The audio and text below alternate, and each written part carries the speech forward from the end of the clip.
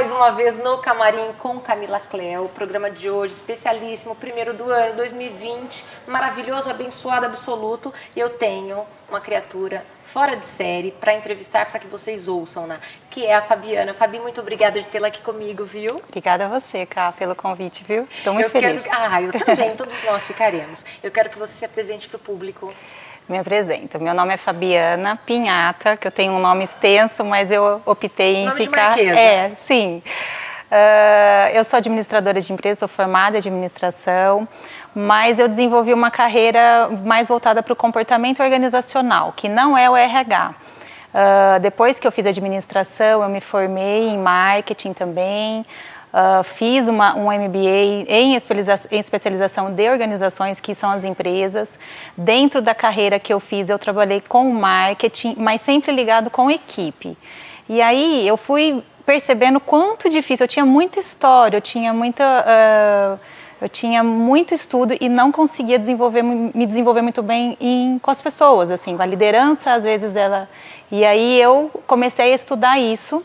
O ano passado eu fiz um curso em Harvard, que não é mais o ano passado, né? Foi em 2018. Harvard, gente. E aí foi quando selou, né? Foi quando eu, então, me especializei nisso. Então, hoje eu posso dizer que eu sou uma especialista em estratégias de liderança. Hoje eu consigo fazer eu consigo observar e pontuar o que está certo, o que está errado, dentro da lógica profissional, claro, assim, né? Trocando em miúdos, para nós aí, eu também leigo e vocês aí de casa. Você sabia muito, sabia bastante, mas não como passar para o seu próximo, o comportamento humano, passar adiante, é isso, mais ou menos? Isso. Acho que por conta eu entrei muito nova na faculdade, entrei com 17 anos. E eu entrei no Mackenzie, aí fiz, né, pouco tempo lá, não consegui ficar lá, na época não tinha WhatsApp, não tinha telefone, não tinha nada, então eu não aguentei... Sinal de fumaça você fazia, E olha, era.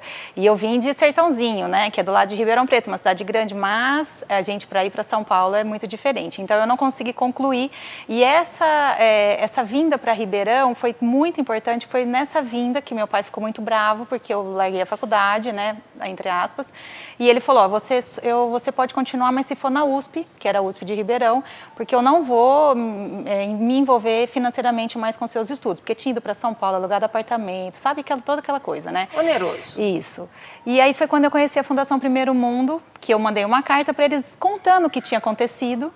E nesse relacionamento que eu desenvolvi com o dono da Fundação Primeiro Mundo, que é o Luiz Biagi, que é um executivo lá da região de Ribeirão, uma família de executivos, né, do setor de sucro alcooleiro, eles têm uma experiência muito grande em networking, e nessa minha relação com ele eu comecei a crescer. Eu comecei a fazer exatamente isso. Eu comecei, então, a aplicar os meus estudos com uma realidade. Porque eu o via, né, fazendo as coisas, mas ainda nova, né? Então, ainda precisava ir para uma multinacional. Sabe, Camila, foi gradativo. Paulatino, devagar. Foi devagar. Para onde você foi? Qual foi a primeira?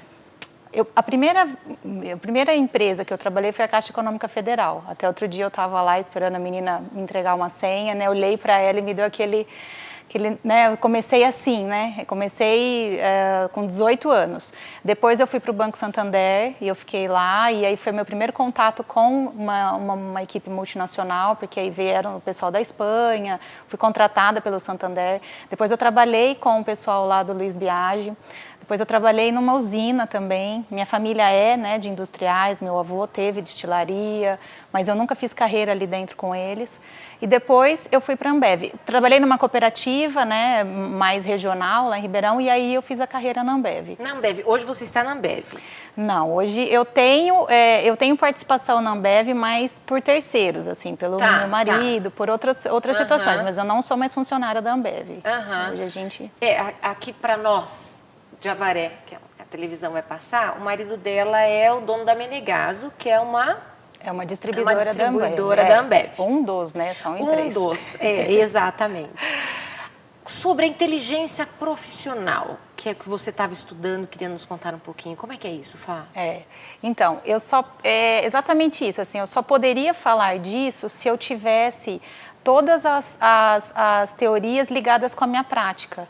Então, a inteligência emocional, foi o Daniel Goleman que começou isso lá em 1995, e eu já o acompanhava por causa da minha mãe, ela é consultora de empresas, ela é professora de faculdade, ela trabalhou na Trevisan, consultores muitos anos. O quociente emocional tem a ver com a inteligência emocional? Tem. Tal e qual? Tem, sim. Como o QI, o quociente de inteligência, tem a ver com a inteligência... Bom, seria inteligência inteligente? Na verdade, a inteligência, ela te ajuda a avançar no amadurecimento da inteligência profissional. Então, não tem como você ser inteligente profissionalmente se você não estudar, se você não desenvolver o seu QI. É impossível. Mas aquela pessoa é muito bom. Tecnicamente, sim, mas ele vai ser uma ótima pessoa tecnicamente. Quando a gente fala de inteligência profissional, é tudo. É liderança, é inteligência emocional, a inteligência conversacional, que foi uma outra inteligência que eu aprendi lá em Harvard. A hora que eu falei, não, gente, outra inteligência, eu não acredito, meu Deus do céu. É muita inteligência pra gente aprender. Gente do céu, realmente é esse nome? Era esse nome. Então, essa inteligência conversacional fechou o ciclo das teorias. E aí, agora, ano passado mesmo, 2018, eu fiz um curso com o Ítalo Marcilli, e aí, então, foi a cereja do bolo, que aí eu falei, putz, agora entendi. A gente vai conversar mais depois do Ítalo. Eu quero que vocês entendam uma coisa que é bom explicitar aqui, né? Tem muita gente que a gente ouve, né? Essa criatura tem um QI absurdo, um QI absurdo. Mas aí ela tem aquela inteligência fora de série, mas não sabe lidar com o próximo. Isso. Então, talvez ela seja brecada numa seleção, tá? Para você procurar um emprego, porque ela não sabe lidar nem com a pessoa que está ali na repartição pública dela, que dirá com o público em geral. Ela tem que trabalhar sozinha no computador. Isso. Aquele QI elevadíssimo. Isso. E muitas pessoas hoje têm um quociente emocional tão alto que ela até esconde o que o quociente de inteligência dela tem.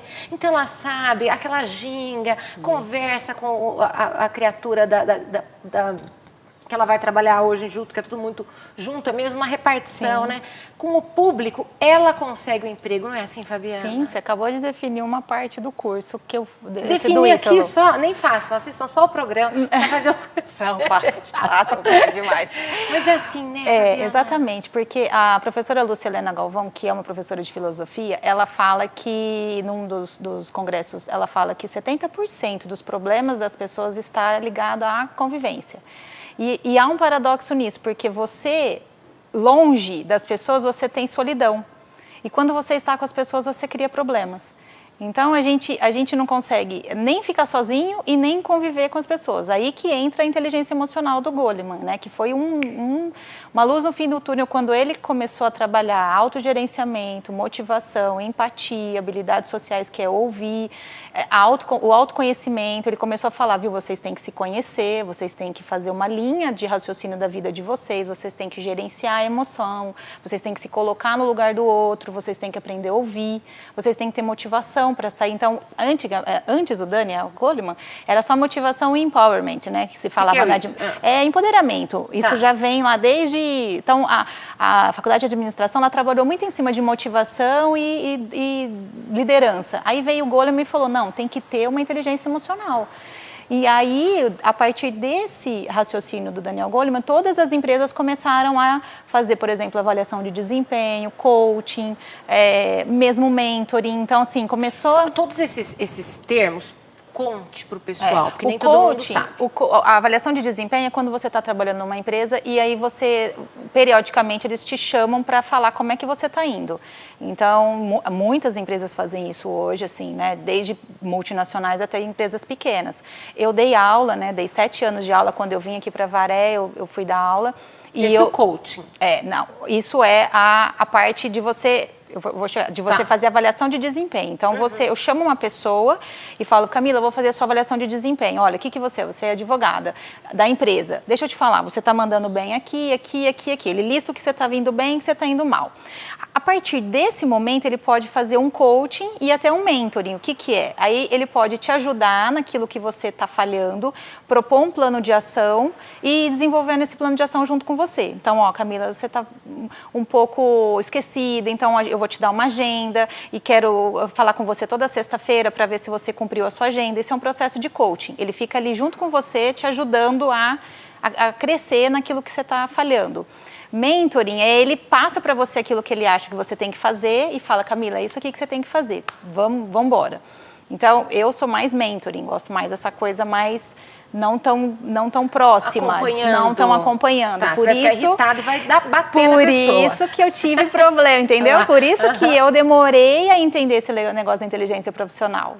Lá em Harvard, eu falei, putz, era isso, eu jamais poderia ter amadurecido antes, porque nesse sentido, porque eu era para ontem. Você me pede um negócio, eu vou estar no horário, eu vou te entregar. E aí eu concluí que todo mundo que trabalhasse comigo tinha que ser assim. E eu tinha 300 funcionários indiretamente subordinados a mim na Ambev. Ninguém Você imagina? Não, foi a maior escola da minha vida. Então, essas três ferramentas são muito usadas para desenvolver a inteligência profissional. Só que você não consegue fazer isso se você realmente não tiver teoria, você tem que estudar. Então, você tem que se propor a conhecer, a gerenciar esse teu intelecto, que é o QI, que é aí que vem aquela coisa dos talentos, que é o que eu tanto falo nos meus vídeos, né? De repente você tem, né? Você é bom com alguma coisa e você não desenvolve, você não procura isso. Vamos contar dos seus vídeos pro pessoal, para eles entenderem. Fala, Fabiana. Então, eu comecei quando eu vim, né? Quando eu parei de dar aula, tudo, para ficar mais em casa com meu filho, eu percebi uma necessidade deles de ter um referencial. Os meus ex-alunos me mandavam muitas mensagens pedindo orientação. E eu falava no particular, né? E aí eu falei, não, eu preciso expandir isso, porque as pessoas, elas...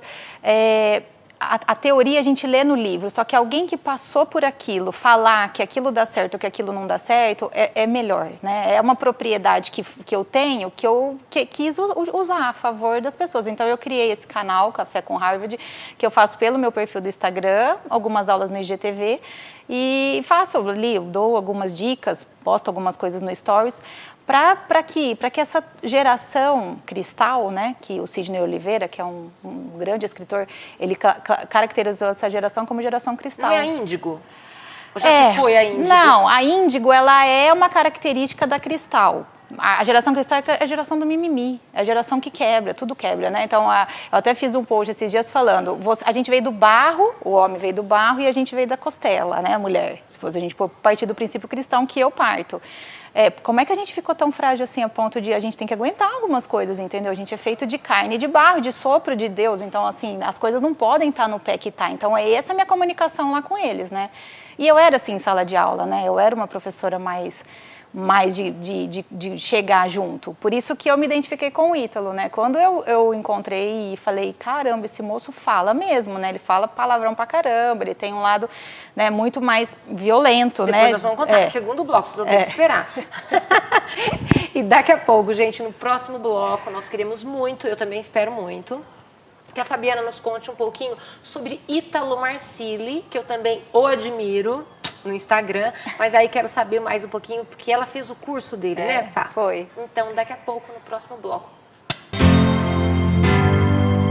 E é isso aí, meus amores, voltamos com a Fabiana, que vai nos contar um pouquinho sobre essa seara dela, mas também eu quero abrir com o Ítalo Marcilli, que já é um perfil do Instagram que eu já sigo há muito tempo, admiro demais, depois conto porque admiro, e não sabia que ele tinha os cursos dele. Acho que por uma dislexia minha, porque não prestei atenção nisso, mas e aí, conte-nos, Fá. Conto. O Ítalo é uma amiga que me conhece esse meu jeito, assim, mais, né, mentorante de falar, né, vamos colocar assim, mais assertivo, me mandou um vídeo dele e falou, amiga, você parece com ele, você tem um jeito muito parecido. E ele, nos primeiros minutos, era muito diferente, uma pessoa mais agressiva, falava bastante palavrão. Eu falei, nossa, não sou eu, imagina que sou eu. O que você tá me falando? Eu sou igual esse cara. O Ítalo é assim, né? Exatamente. E aí nem assisti o vídeo direito. Aí numa segunda ocasião ela me mandou, ela falou, não ouça os palavrões, ouça a mensagem. E aí eu entendi, eu falei, ele não tá falando pra mim, ele está falando para essa geração que eu também estou falando. Aí eu falei, deixa eu ouvi-lo para ver como se ele estivesse numa sala de aula com uma turma de, sei lá, de 19 até 30 anos falando. Que eu amava ter professores assim no cursinho. Foi exatamente o que eu fiz. Eu fiz assim, puxa vida, ele está falando aquilo que eu não posso falar na faculdade. Mimimi. Nossa. A gente não pode hoje em dia. Assim, as pessoas são muito melindrosas. Isso me irrita profundamente na internet. Isso. E ele é um médico psiquiatra. E eu fui conhecer a história dele. Aí ele é católico, né? Ele tem uma formação muito bonita com relação a Deus. Ele conhece, né, o que é Deus. Ele explica isso pela metafísica, que aí fica um negócio maior ainda, né? Então, assim, eu criei uma admiração mesmo pelo trabalho dele, porque ele é um profissional capacitado, muito bem instalado ali na realidade dele como médico psiquiatra, tem muita vivência, né? Acho que ele também passou super novo na faculdade. E ele também no dia a dia tem muita coisa que ele estuda, ele vai atrás, ele se propôs a sair, né, só de um processo para ir para ser um professor. Então, aí ele criou esses cursos e nesses cursos ele desenvolve todo o processo de criação do homem a partir da metafísica. Então, é lindo, cara, assim, a gente explicar Deus pela fé já é algo que nos comove, né?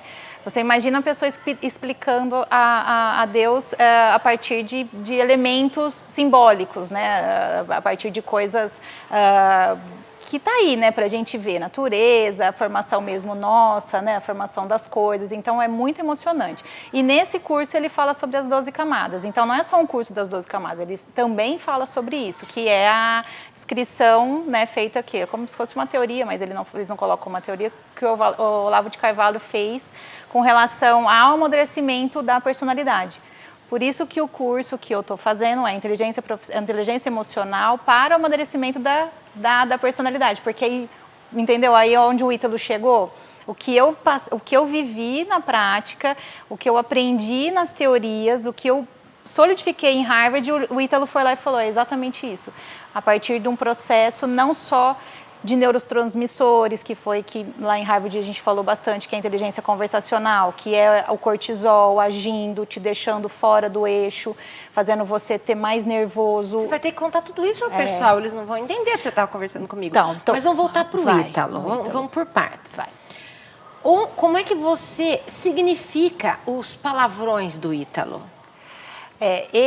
Eu acho que para ele despertar o pessoal, assim, essa turma, não dá pra gente falar baixo com eles. Tem que chegar gritando, dando voadora virtual na criatura. Quem tem adolescente em casa, né, eu vou colocar adolescente até dos 19 anos, porque né? Então, assim, a partir, né, de 16, 17 anos, até 30 anos, que hoje ainda tem, né, adolescência nisso, você não consegue conversar com ele num tom de chegar, você tem que, às vezes, dar um chacoalhão. Eu canto ópera, vocês sabem, entendeu? Eu falo assim, já fez a lição? Aí ele escuta, aí ele responde em ópera também, ainda não! Quantos anos Tomás tem mesmo? 19. Entendeu?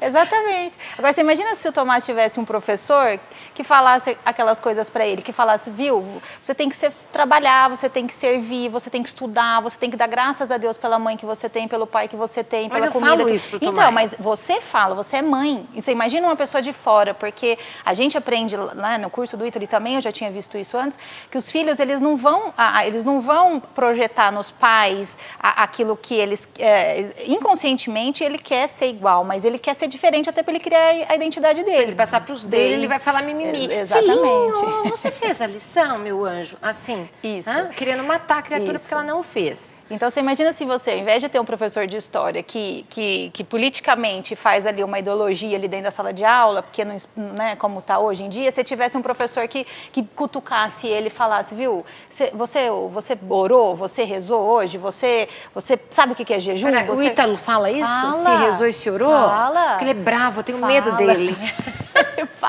Ele fala pra gente dar esmola, rezar, fazer jejum, ele fala, viu, pratica essas coisas, mas eu sou ateu, mas faz isso daí, não seja teimoso, além de ateu você vai ser teimoso, então não seja teimoso, reza, ora, vai lá, pega o Pai Nosso. Ele incute na sua cabeça. Ele coloca pra você práticas pra você, ele fala, você quer deixar de ser esse adolescente, essa síndrome do Peter Pan, que é a tal da 4ª camada lá, né, e aí mesmo que você estiver na 5ª camada, que é a camada dos adolescentes, porque a 1ª e 2ª camada são camadas mais mas... Você tem que contar, pessoal, da camada. Primeira, segunda Conte, camada, elas são camadas inferiores, assim, como se fossem recém-nascidos, né? Crianças que estão ali se descobrindo o corpo, descobrindo ali a sua identidade, né? Então, tá bem preso na primeira e na segunda camada. Alguns, por exemplo, autistas vão até a terceira camada, ele explica lá, Somos uma cebola. A gente vai tendo, exatamente, conforme você vai amadurecendo, você vai tirando essas pétalas, né? E você vai entrando ali, você vai chegando perto do seu cerne, do seu eixo.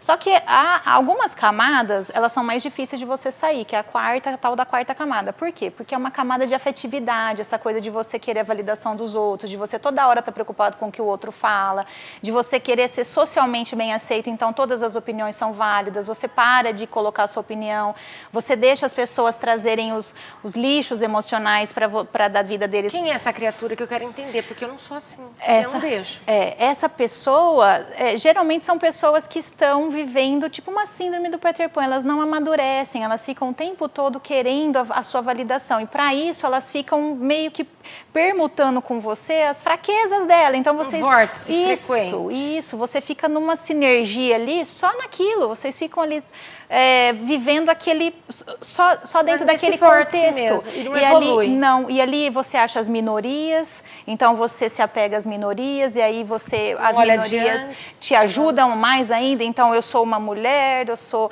sofrida, não, tá bom, eu também sou mulher, mas eu tenho outro sofrimento, mas eu sou, né, negro, eu tive um abuso sexual, tá bom, mas eu não sou negro, mas eu também tive um processo difícil de separação dos meus pais, então cada um tem a sua história, só que essa quarta camada, você gruda no sofrimento alheio para vocês sofrerem juntos.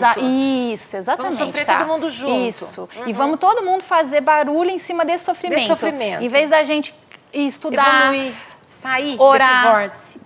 Olhar para cima, o que Deus fez, olha o sol, olha o dia, olha a água, olha o meu emprego, olha a minha saúde, olha meu filho, olha isso. Isso te tira desse estado de... né? Você fica meio que parado ali, Essa né? é a quarta camada. Quarta camada. E aí a quinta camada você então se descobre e aí você começa então a medir força, uma força inútil com as pessoas, que é o adolescente, né? Você quer então contradizer, mas também não é bem assim, e aí você sai daquela coisa de ser o mimizento e passa a ser aquele que é... chatinho. A gente sempre tem um amigo chatinho na roda, um filho chatinho, aquele tio chatinho do grupo da família, não é? Isso, é esse. Essa pessoa que ela precisa mostrar uma força, como é que ela tá medindo força com ninguém, porque na verdade é ela, né? Mas ela quer provar, ela quer mostrar que ela pode, que ela sabe, que ela viajou, que ela conhece, que você... Não, mas você tá falando um negócio, mas ela sabe o que você tá falando, né? Então essa coisa a gente conhece, né? Bastante gente assim. Essas duas camadas, elas são muito juvenis ainda, né? Então ele fala que essas duas camadas... E aí lá, ele não falou, mas aí eu fiz analogia com o que eu tinha aprendido, né? Essas duas camadas, elas deixam a gente dentro de um estágio da inteligência emocional muito só ali no autoconhecimento, e a gente tem que progredir, entendeu? Você tem que ir para o autogerenciamento, você tem que ir para a empatia, que aí é onde você vai destrinchando as camadas. Aí a sexta e a sétima, elas já são um pouco mais adultas, elas já envolvem mais assim, você trabalhar, você ter acesso a dinheiro, né? A sexta camada, você produzir, você pagar suas contas, você ser alguém que serve à sociedade. A sétima camada, ela é uma camada mais intelectual, assim, ela começa a dar uma visão de intelectualidade, de você fazer algo em prol realmente, né, de uma vida adulta mesmo, né? Ele fala que todo adulto deveria estar na sétima camada.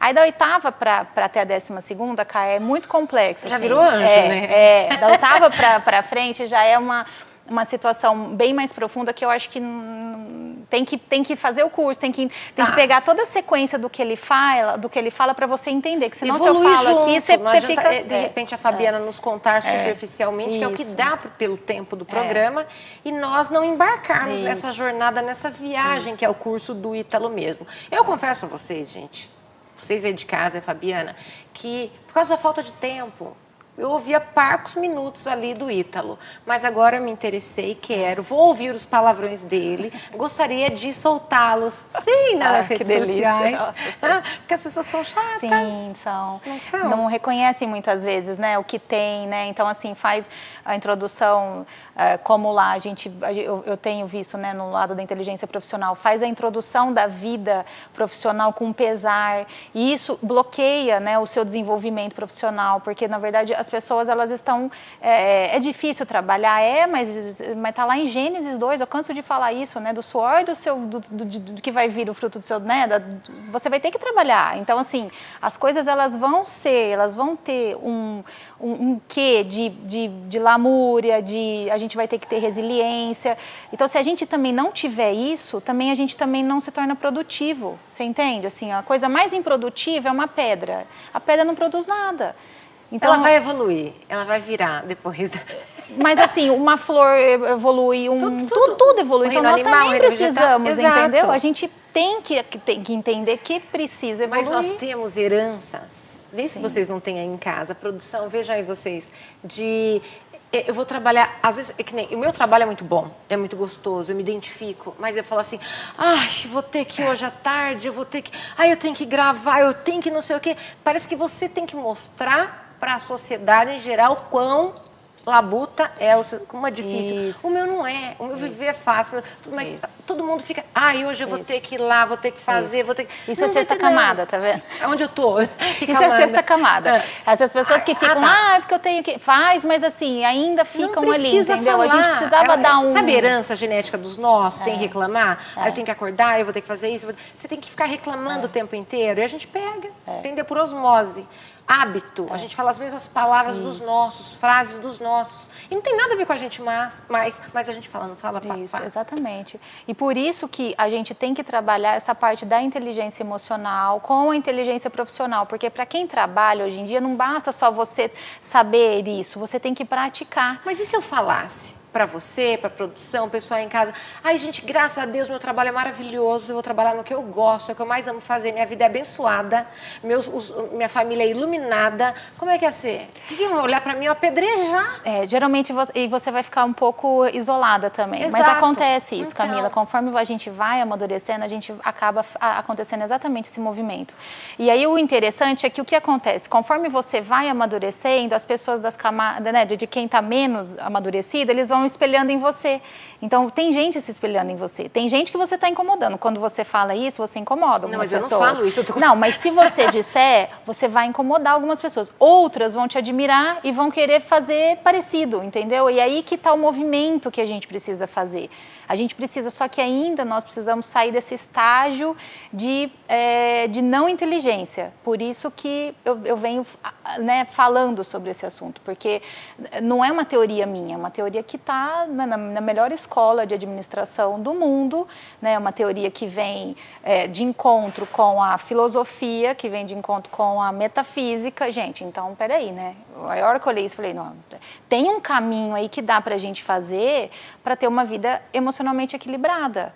Então, tem as coisas que a gente pode praticar, né? Não só ficar se colocando no lugar do outro, ficar sorrindo, ficar se autogerenciando, mas realmente ter atitudes, né? Você praticar, ter isso pelo próximo, de um aspecto mais moral.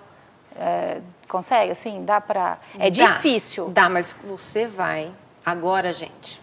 Num próximo programa, que claro que nós traremos a Fabiana novamente, e ela vai trazer um foco, um primeiro programa para vocês seguirem. Qual seria, Fabiana, daqui a alguns meses? Eu acho que a primeira coisa é a gente trabalhar a inteligência emocional.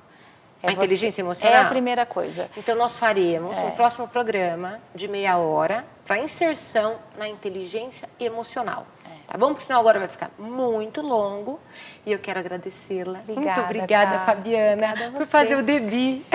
O Debi de 2020, com essa querida, viu? Quero muito tê-la novamente. Obrigada. Tá? Mesmo que agora a gente só tenha explanado. Sim, é muita depois coisa. Já vai direcionado. Tá bom. Obrigada, Obrigada Anjo. a você, cara. E é isso aí, meus amores. Um forte abraço. Fiquem com Deus e até o próximo programa. Tchau.